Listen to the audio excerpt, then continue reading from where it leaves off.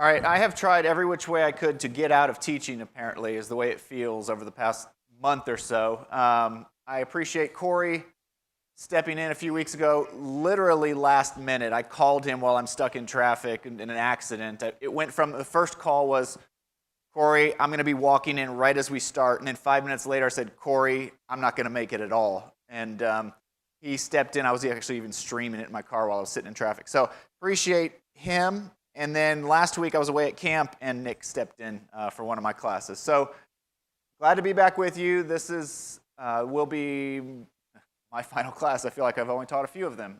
So we're going to be looking at Exodus 34 through 36 tonight. We'll take a break. We'll take a little break next Wednesday with our gospel meeting, and then we will resume and finish out the quarter with the last few chapters there, 37 through 40. Which Corey will be taking, unless he feels like just throwing it to me last minute, which would be completely fair. So I'll prepare for that as well. So Exodus 34, I want to do a quick. Let me go back. I shared this at one point, and as we start to wrap up the book, and we start to wrap up the time at Sinai. Specifically, I wanted to remind everyone that they've been at Sinai, will have been at Sinai for about a year, a little bit less than a year. And everything that you read in Exodus 19 through Numbers 10 takes place in Sinai. So I say that too because we'll point out a few verses in Numbers as well as Deuteronomy tonight, which coordinate with what's going on in chapters 34 through 36. Just to give you a reminder, and some of these things that we're going to talk about tonight. So we read at the end of Exodus here that the tabernacle is actually erected the first month of the first day of the second year. We also read that there's a census taken and how the tribes were to be arranged when they're at camp and when they're on the move. That's not mentioned in Exodus. That's actually mentioned in Numbers, and we will take a look at that if we have time at the end of class, because I think it's interesting, and it's something that's going on. It's taking place during this time. It's just not mentioned in the book of Exodus. And then we see that they actually leave Sinai second month, the 20th day of the second year. So just to make that even more clear as mud, and you're not going to be able to read this now that, well, you may. So this made more sense when I was sitting down and doing it, and when I went back, it looks very confusing. The first year that they arrived, number one up there in the black, number one, the first year they arrived, that first year, that month of Nisan, we know when they left because time started when they left Egypt, when they celebrated the Passover meal. We read when that takes place very specifically, that first month. Then we are told, kind of moving down to that number 2, which is the next month, basically, they enter the wilderness of Sin. And then we see the beginning of the third month, they arrive at the wilderness of Sinai. Fast forward to the next year, go all the way around, the beginning of that month of Nisan, number 4, is when they build the tabernacle. We see number 5, the census takes place, the beginning of the second year. And then they leave Sinai the beginning of the second month. They leave Sinai the end of the second month of the second year. I'm sure that's clear as mud. But it gives you an idea of about how long they've been traveling. The other thing when doing this, it made me realize in my head I have a mental picture of how our calendar, our years work. I don't know if you all do that too when you think of where we are in June and like, for me, it kind of goes counterclockwise, and up here it's going clockwise. I don't know, just a random thought there. But that's the way I figure it. So I want to take a step back at the end of chapter 33. I want to go back into 33 a little bit and set the stage for what's going on. We just had the golden calf incident. And chapter 33, the mindset really sets the stage for 34 through 36. So this is actually verse 1 of 33. It says, "The Lord said to Moses, Depart, go up from here, you and the people whom you have brought out of the land of Egypt to the land of which I swore to Abraham, Isaac, and Jacob, saying, to your offspring I will give it. I will send an angel before you, and I will drive out the Canaanites, the Amorites, the Hittites, the Perizzites, the Hivites, and the Jebusites. Everything sounds fine. Sounds like we're still on track. Verse 3, go up to a land flowing with milk and honey. Great. But I will not go up among you, lest I consume you on the way, for you are a stiff-necked people. God is so angry with them at this point that the people risk being consumed just being in God's presence. God says, the journey's still on. I've still made this promise to you. I have this land set aside for you. I'll still clear the path for you to enter the land, but I'm not going to be there with you. I can't. Have you ever, as a parent, been so angry, so disappointed with your child that you just couldn't look at them? Certainly couldn't have a reasonable conversation with what they did wrong in the moment. Gwen says yes. I think most of us have to some extent. That idea of like, I just can't be around you right now. I'm so mad at you. I just can't be around you right now. You needed to cool down. That's perhaps as close as I can come to what we have here, although it still doesn't do it justice. I don't believe in any of God's moments of anger, and there are several here, that he's threatening something he's not willing to do. He's not bluffing. But unlike us, he can show complete wrath and complete self-control at the same time, which we can't, I don't think. We have to take a step back. But he says, I'm not going to go with you, lest I consume you. You are a stiff-necked people. I'm angry with, again, the covenant had just been broken. Moses comes down with the tablets, establishes a covenant. No sooner does he do that than he sees the golden calf, throws them down, and the covenant is broken. Turn with me, if you will, if you have your Bibles, turn over to Deuteronomy chapter 9. And you might want to kind of hold a finger in both. There are a couple of places I want to look in Deuteronomy 9 and 10 here. But this is really interesting. This is really telling, at least for me. Moses is so angry that he's throwing down the Ten Commandments. So he's angry too, and yet, when he hears how angry God is, Moses' first thought is to intercede for his people. So, remember, how long had Moses been up on the mountain receiving the law? 40 days and 40 nights. Who has Deuteronomy 9:9? Can you read that, someone?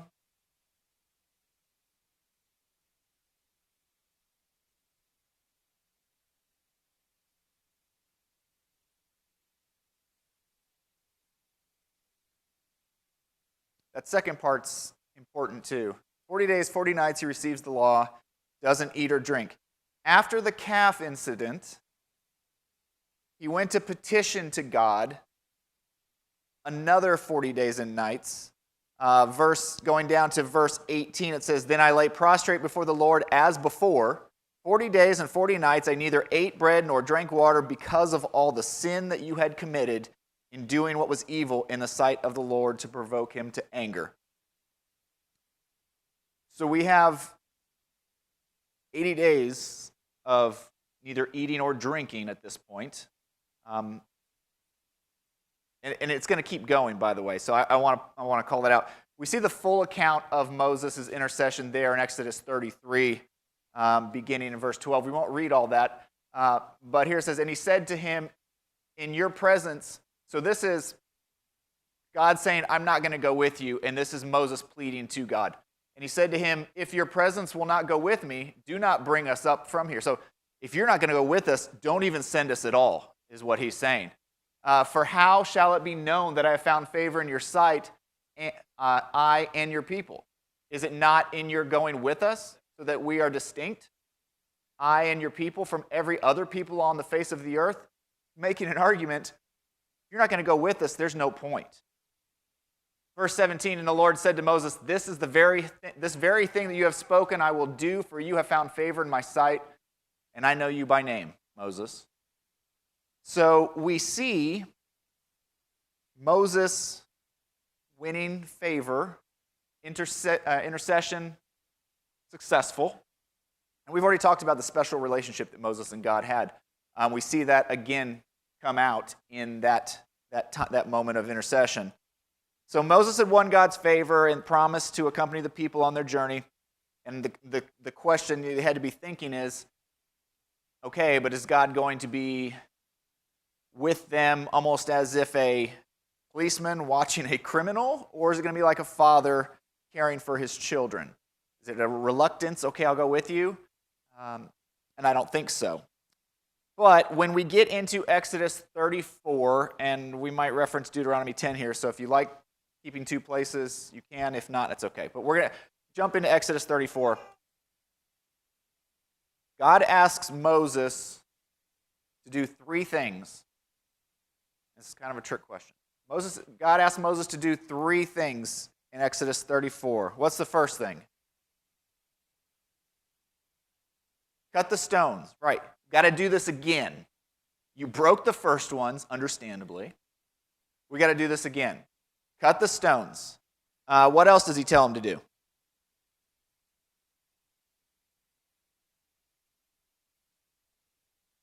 No, but that's a good point. Yes, he does. Did you say something, Barbara?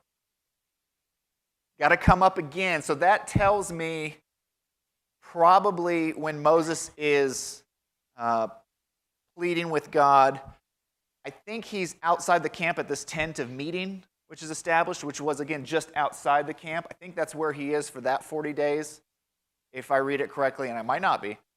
Because then God says, cut stones, come back up to the mountain. How long is he going to be up there? You got it. 20, verse 28 through 40, it talks about, or verse 28, it says 40 days, 40 nights, no food or water again. If I understand this correctly. But the other thing, so I said three things. So he's cutting the stones, he's cutting the tablets, he's bringing them back up there. Deuteronomy adds an additional layer to this in Deuteronomy 10, where he's told how to transport them. In Deuteronomy 10, verses 1 through 3, it talks about he's retelling this whole story, and God tells him to create an ark to hold them in. And so it talks about him, acacia wood, again, very specific. So he's bringing the stones, he's building an ark, he's coming back up the mountain. Because remember, breaking the tablets symbolized the people's breaking of the covenant. Needed a whole new covenant. Yep.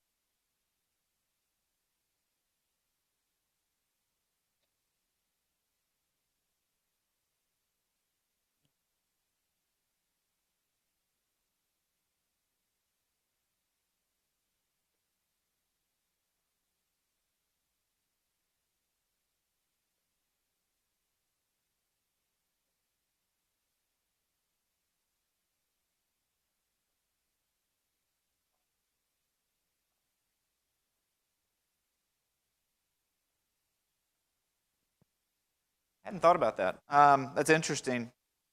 Kind of compare the two times that this is happening. I have to give that some more thought. I hadn't thought about that. Thank you. Because we read in 34:10, God says, "Behold, I am making a covenant." So it's clear this is a new one, making a whole new covenant. 34. Verse 6 and 7. But before he does this, he proclaims the greatness of his attributes. And we see this in 6 and 7. Let me read this passage here. The Lord passed before him and proclaimed, the Lord, a God merciful and gracious, slow to anger, and abounding in steadfast love and faithfulness, keeping steadfast love for thousands, forgiving iniquity and transgression and sin, but who will by no means clear the guilty, visiting the iniquity of the fathers on the children and the children's children to the third and the fourth generation. This is fundamental to Christian theology. Moses repeated these same words back to God at Kadesh Barnea. We read in Numbers 14 later on. The people used them in Nehemiah's day. We read in Nehemiah 9. Jonah actually quoted them while he was pouting outside of Nineveh in Jonah 4. This again, describing the greatness of God and all of his attributes. So this is passed down. The people know this. The people remember this.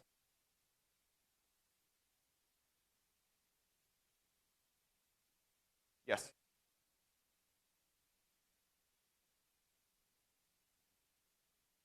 Mercy shows us mercy and justice. Yes, absolutely.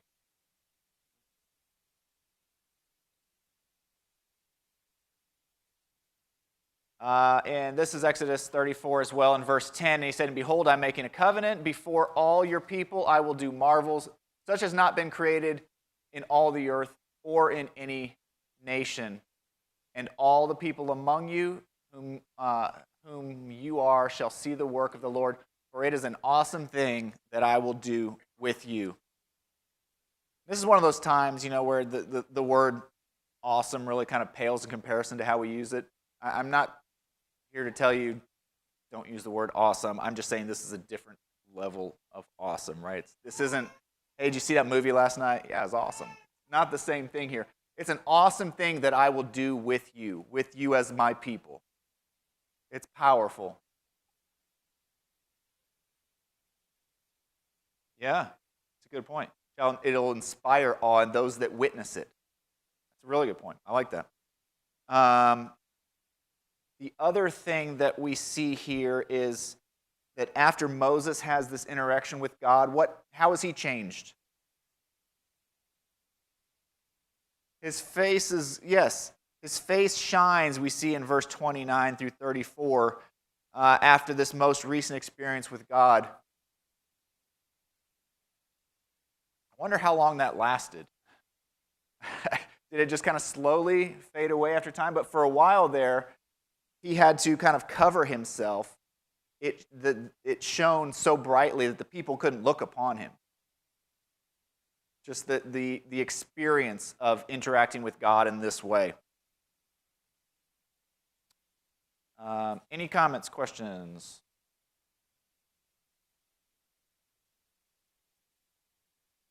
So then we get into chapters 35 and 36, and we start to see the work begin, the building of the tabernacle. We see a couple different things here. First of all, we see contributions for the work that had to be done. We read the command in 35, verse 4. Contributions were to be brought by the people for this work. Remember, God had already given this command to Moses once, back in chapter 25. When he's up on the mountain receiving the law, God has told him this. You're going to tell the people, bring me contributions to build all this. And remember, when he's up there, he goes through the very descriptive instructions for building all of this. So this is it actually starting to come to fruition. So what was the command for them to bring contributions, and what was the condition in verse 5? That's the right way to put that. He wanted people to bring them, but how should they do it? What did you say? With a willing heart. Say something over here. A generous heart. Yeah, both versions. Yeah, a willing heart, a generous heart. I think that's important. And then the response to that, when he actually puts out that command, the response we see down in verses 20 through 21. It says, "And they came, everyone whose heart stirred him, and everyone whose spirit moved him, and brought the Lord's contribution to be used for the tent of meeting and for all its service and the holy garments. So they brought all of this. And we find out later in chapter 36, to what extent did they follow this command? Too much. Yeah, that's a good way to put it. Too much. Actually, it's a great way to put it. It's exactly how I had it in my notes. Too much. We see in 36, beginning in verse 3, and they received from Moses all the contribution that the people of Israel had brought for doing the work on the sanctuary. They still kept bringing him free will offerings every morning, so that all the craftsmen who were doing every sort of task on the sanctuary came, each from the task that he was doing, and said to Moses, "The people bring much more than enough for doing the work that the Lord has commanded us to do." So Moses gave command, and word was proclaimed throughout the camp, "Let no man or woman do anything more for the contribution of the sanctuary." So the people were restrained from bringing. They had to be stopped from bringing, from contributing to this. And you can almost sense this renewed vigor, right? When you have wronged someone and they forgive you, they've moved past that, and then they ask you to do something for them, what's your response going to be? Yeah, how much, how quickly, how soon can I do it for you? And you see that with the people. They recognize the wrong, they recognize the wrath they incurred from God. And now God's saying, bring your contributions, and they're going to keep doing it every morning until Moses tells them to stop. Where did they get all this from, by the way? Yeah, remember, it goes all the way back. Remember, they plundered the Egyptians. Took everything they had. God knew what it was going to be used for. This is their time to actually put it into action. Any comments, questions?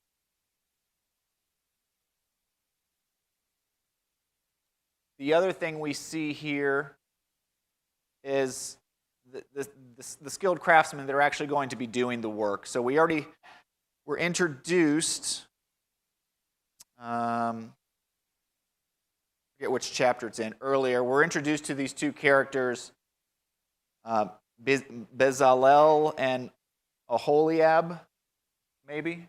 We're introduced to these two characters. We talk about them again in chapter 35, beginning in verses 30 through 35. And the things we read about them is they are given the Spirit of God with skill, intelligence, knowledge, and all craftsmanship. And in verse 35, or chapter 35, it talks specifically that they will serve as engravers, designers, embroiderers, weavers. And then it talks about them, inspired them to teach this to others. I mean, you're building a resume. I mean, you've got it all right there. Look at all these things that they are doing, that they are inspired to do. So they're given charge, and then they're able to teach others to do all of these things as well. And we see this idea of calling all these skillful craftsmen in verse 10.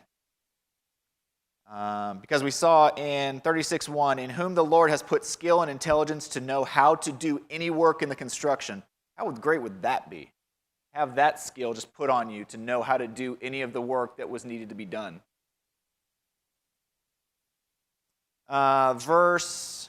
Chapter 36, we come back to the same idea. Chapter 36, verse 2. Can someone read chapter 36, verse 2?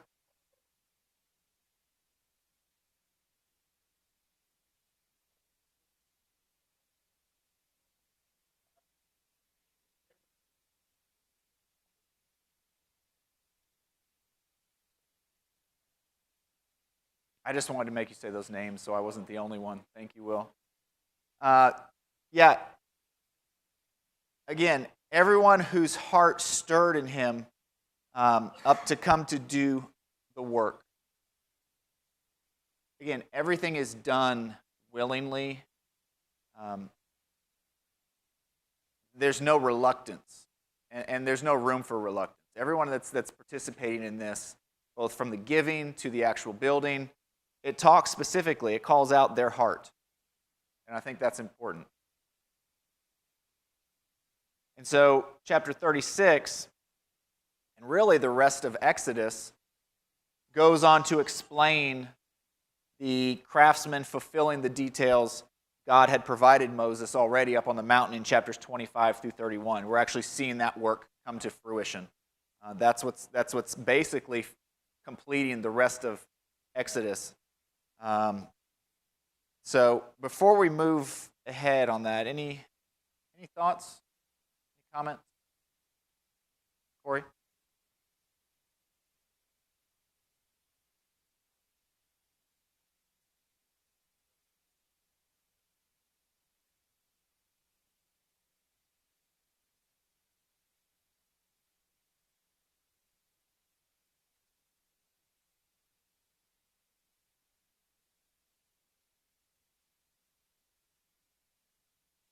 Yeah, Corey was talking about the parallels between the example we have to give and to give generously, to give freely, as well as using our own gifts that we see referenced in the New Testament. I agree. That's kind of the first thing that you think of. Yes?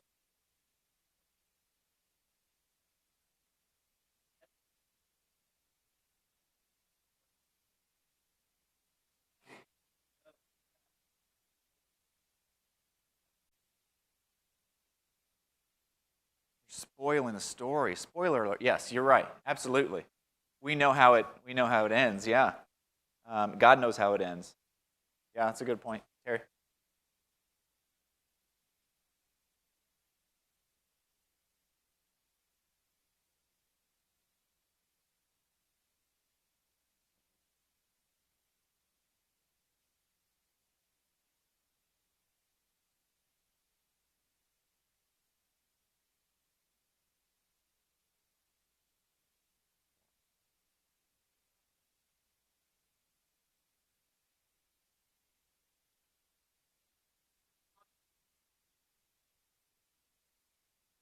They were given. Yeah, they were given to us, and we choose to use them correctly or not. Yeah. Yeah. It's when we first got into this last quarter. I guess I always think of the story of the Exodus and the wilderness wanderings and going up to the promised land. I guess I always kind of thought of them. I thought as we were going through Exodus, I thought I was going to get all the way there at the end of Exodus, and we don't get there. Like I said, Exodus in this class stops as they're leaving, but we know kind of the rest of the story, and we know the hardness of hearts, yes, and the detour that forces them to take. Well,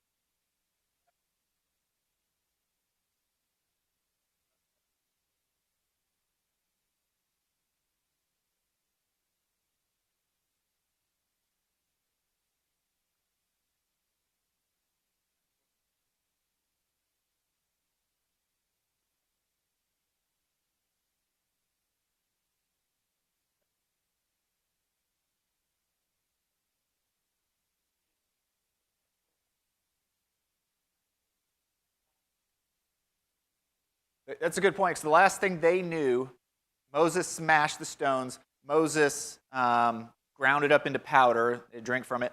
God sent a plague. Levites killed a bunch of people. And then Moses, again, my understanding is Moses goes outside the camp to this tent of meeting and for 40 days, 4 nights in prayer and intercession. So that's their mindset. Yeah. Sorry, I cut you in the middle there.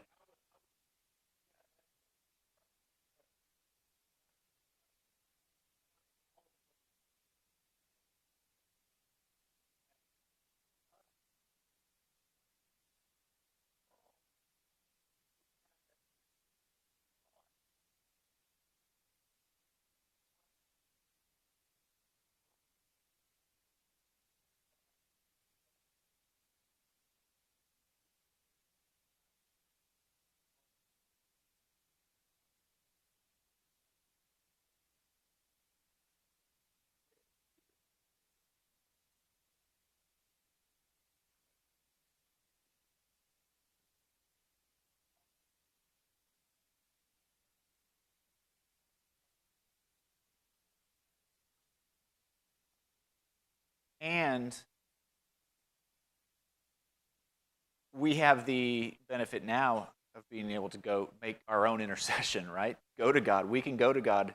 We have that relationship through His Son that we can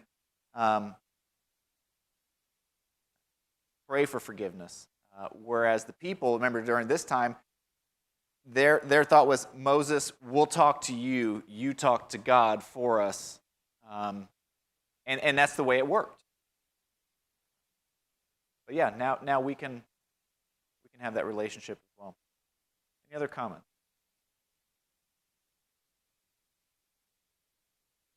Okay.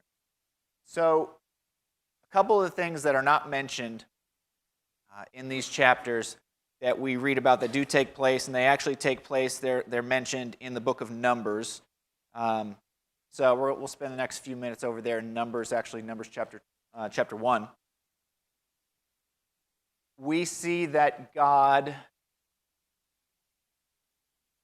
tells them to take a census.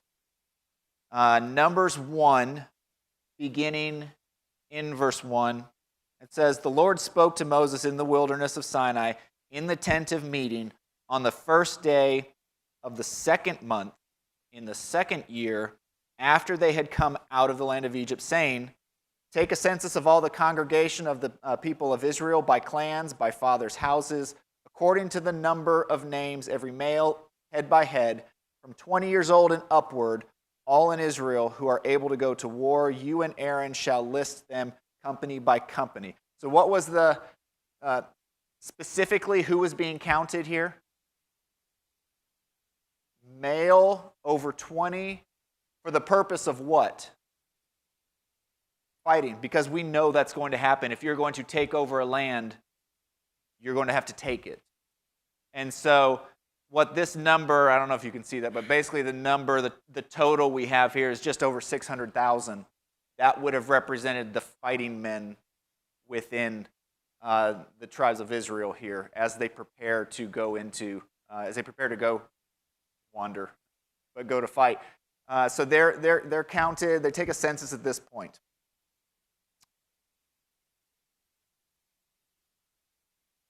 And then we read in Numbers chapter 2, we're given very specific, this is going to get even smaller, I apologize. We're getting very specific details about when you camp, this is how I want you to set up. Very organized. This is, north, south, east, west, tabernacles in the center. It gets very detailed in Numbers 2 about the order and the layout of the tribes. And so when they're on the move, I think it says there's the cloud over the tabernacle to let them know that God is there. When the cloud's gone, it tells them it's time to move again. It's time to move on. And so they would set up at their camp like this, and then we're also given instructions, and that's even smaller, There's an order of the march. When they go forward, they're also very rank and file, very specific in how they go forward. All of this, God is preparing His people for a trip that should have taken approximately how long? Anybody know? Where they are at Sinai to where God wants them to be. Anybody know, if you're just walking, about how long it should have taken? I've read 11 days. And it took them 40 years. That's why it's called the Wanderings. You just imagine this kind of wasn't the most direct route. But God knew that. God was preparing them for how they were going to, He gave them the laws, how to live socially, how to live spiritually in a covenant relationship with Him. And He gave them physical instructions on how to camp, how to march, all of that in preparation to be His people. Very organized, nothing left to chance.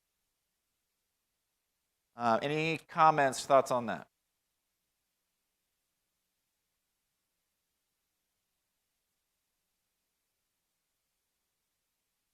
I don't have much more. Anything? Any thoughts? Corey's going to have a really hard time in 2 weeks because the last 3 chapters, again, are just talking about, I think it was Corey had the lesson where he detailed the priestly garments and all these things. God is giving Moses directions, very specific. And I always thought, like, is Moses writing this down? Because it's very detailed. 37 through 40 is just the actual creation of all of that. And it, again, goes into that level of detail again. So, Corey, I don't know how you're going to manage that class, but... Oh, that's right, yeah. That's right, Hammurabi's Code. Because you asked in the last quarter, and I knew that for some reason. That stuck in my head. Yes. So, any other thoughts? Austin? Okay. Oh, can you really, are you serious? Can you see that? Ephraim.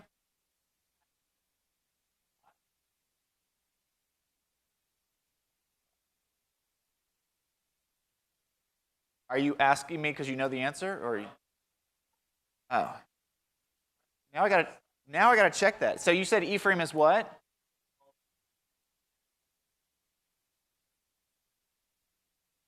Oh, that up and down the side there, the vertical. Interesting. Okay. So the Bible probably says Ephraim 40,000, but the total there is probably wrong, is what you're saying. Yeah. Okay.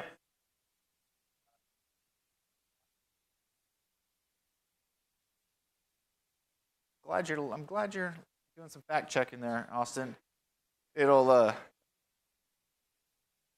never just throw a graphic up there, okay? Especially one with a lot. Who would have thought somebody would have looked at all those numbers? Good job, Austin. All right. There's a lot of people. Can you confirm like the 600,000 roughly total there? I think that's pretty accurate. But it is interesting, kind of on the march there, the order, right? There's like Moses and Aaron and the sons with the ark are out in front, and then how they determine who are the next three tribes and kind of that order. It's kind of interesting to kind of see all that laid out.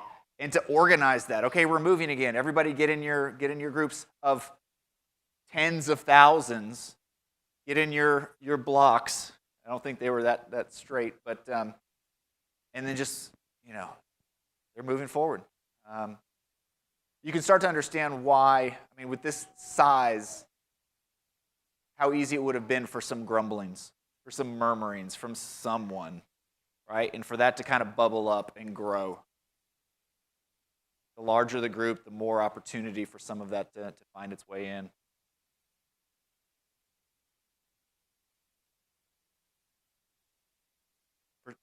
For a lot of them, yeah. Yeah.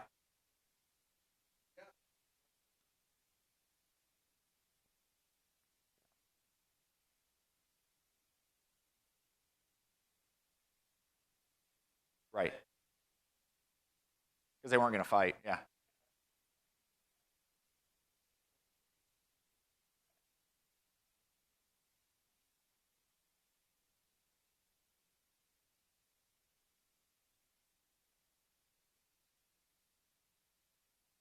Mm-hmm.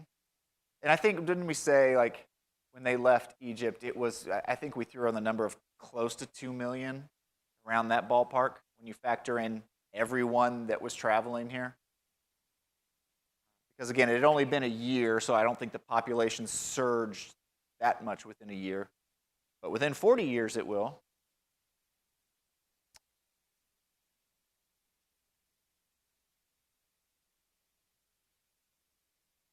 Absolutely. Absolutely, they brought it on themselves. Yeah. Yep. Any other thoughts? Uh-oh. Yeah. Sure.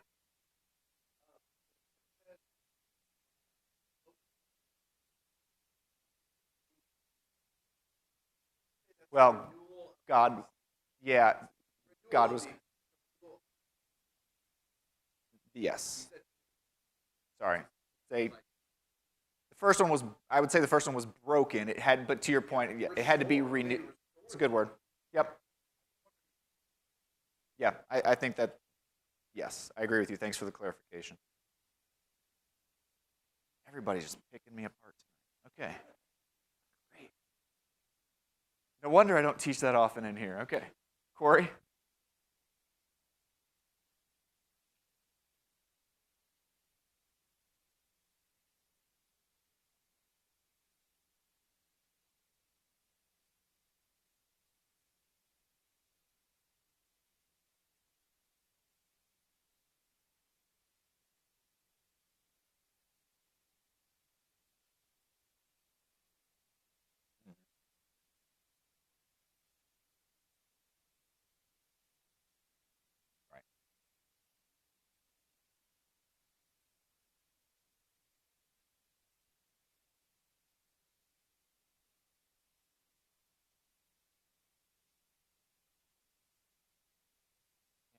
And it even goes back to the laws, right? I mean, very specific about every situation that could possibly arise. God spells it out for them there. If your animal kills someone accidentally, right? But if it has a pattern of behavior before, there are very specific ways to address that, and it's all spelled out for this trip that, again, should have just been a few days, ends up being a few years. Barbara?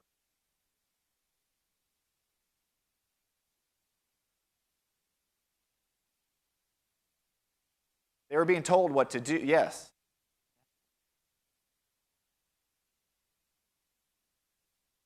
It was almost simpler. I mean, it was hard, but it was simpler in terms of thinking for themselves. They were in slavery. They did that work. Right. They knew what the laws were of the land. Yes, I agree. Had to replace everything that they knew. Yep. Right. All right. I think we'll conclude there for tonight. So again, next week we'll have our gospel meeting, or VBS. And just a quick plug for everyone. So Jordan Schaus will be here starting Sunday through Thursday in coordination with our VBS. If you have not heard Jordan, he's excellent. Hope to see you all there starting Sunday. All right, thank you, everyone.